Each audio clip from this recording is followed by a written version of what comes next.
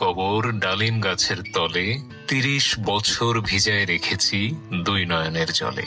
হ্যাঁ, আপনারা ঠিকই ধরেছেন, কবিতাটি পল্লী কবি জসিমউদ্দিনের অমর কবিতা এবং আজলি গান, যেগুলো বাঙালির মনে আর বাংলা সাহিত্যের ইতিহাসে কবিকে অমর করে রেখেছে।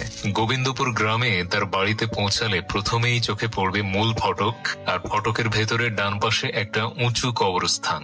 সেই কবরস্থানে ডালিম গাছের নিচে চিরনিদ্রায় শায়িত আছেন আমাদের পল্লী কবি। এই গাছপালা থাকার কারণে ছায়াশনিবিড় একটা শান্ত পরিবেশ বিরাজ করে। বাড়ির বিভিন্ন জায়গায় কবির লেখা কবিতার লাইন কবি অনুরাগীদের জন্য সাজিয়ে রাখা হয়েছে। মূল ফটকের পাশেই একটা দোকান আছে, তার সাথে ছোট্ট একটা কক্ষে কবি এবং তার পরিবারের সংগ্রহশালা রয়েছে, আর তার পাশেই রয়েছে দোলনা এবং বাচ্চাদের খেলার ব্যবস্থা। এরপর অন্দরমহলে গেলে চোখে পড়বে চারপাশে 4টা ঘর, একটা সিমেন্টের, বাকিগুলো টিনের। প্রতিটা ঘর খুব নান্দনিকভাবে সাজানো রয়েছে। সব ঘরেই রয়েছে সংগ্রহশালা, একটা ঘরের পাশে রয়েছে ঢেঁকি ঘর, আরেকটা ঘরের পাশে রয়েছে রান্নাঘর। সেখানেও কবির মায়া মমতার ছাপ স্পষ্ট। আজও যেন বাড়ির প্রতিটি কোণায় কবির স্মৃতি জলজল করছে।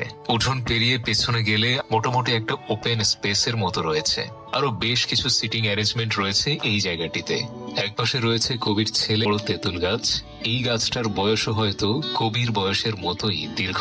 তেঁতুল গাছ বরাবর একটু সামনে এগোলে সেই কবরস্থানটা। কবরস্থানের পাশেও রয়েছে আরেকটা টিনের ঘর এবং তাতেও নানাবিধ স্মৃতিচিহ্ন রাখা আছে।